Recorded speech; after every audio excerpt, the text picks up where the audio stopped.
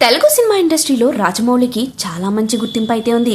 ఆయన సాధించిన విజయాలు ఆయనను చాలా గొప్పగా పరిచయం చేస్తూ ఉంటాయి. ఇక మొత్తానికైతే ఆయన చేసిన ప్రతి సినిమా ఇండస్ట్రీలోని మంచి విజయాన్ని సాధించడమే కాకుండా ఆయనకంటూ ఒక ప్రత్యేకమైన గుర్తింపును కూడా తీసుకొచ్చి పెట్టాయి.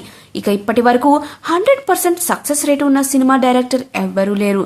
అలాంటిది రాజమౌళి తీసిన సినిమాలు అన్నీ సూపర్ సక్సెస్ అవ్వడమే కాకుండా ఆయనకు చాలా మంచి గుర్తింపును కూడా తీసుకొచ్చి పెట్టాయి.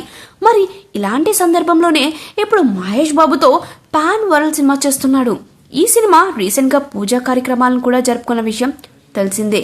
ఇక ఇదిలా ఉంటే ఈ సినిమాలో మహేష్ బాబు అడ్వెంచర్స్ చేస్తూ సినిమా చూసే ప్రతి ప్రేక్షకుడిని అలరించే ప్రయత్నం అయితే చేయబోతున్నాడు. మరి ఇక్కడ వరకు బాగానే ఉంది, కానీ రాజమౌళి ఇంతకు ముందే మహేష్ బాబుతో సినిమా చేయాలని కమిట్ అయ్యాడు. మర్యాద రామన్న సినిమా సమయంలోనే మహేష్ బాబు రాజమౌళి కాంబినేషన్లో ఒక సినిమా రావాల్సి ఉంది. ఇక అప్పుడే మహేష్ బాబు కూడా రాజమౌళి కాంబినేషన్లో సినిమా చేయబోతున్నాను అంటూ ఒక ట్వీట్ కూడా వేశాడు. ఇక ఆ సమయంలో ఇద్దరు బిజీగా ఉండడం వల్ల సినిమా చేయడానికి వీలు కాలేదు. మరి మొత్తానికైతే రాజమౌళి మహేష్ బాబుతో ఈ సినిమా కాకుండా ఇంతకు ముందు ఒక పవర్ఫుల్ పోలీస్ ఆఫీసర్ క్యారెక్టర్లో మహేష్ బాబుని చూపించాలనే ప్రయత్నం అయితే చేశారట. విక్రమార్కుడు సినిమాలో విక్రమ్ సింగ్ రాథోడ్ ఎలాంటి పవర్ఫుల్ క్యారెక్టరో దానికి తగ్గట్టుగా మహేష్ బాబుని అలాంటి ఒక పవర్ఫుల్ పాత్రలో చూపించే ప్రయత్నం చేయాలని అనుకున్నప్పటికీ ఆ సినిమా చేసే సందర్భం అయితే వీళ్లకు వీలు పడలేదట.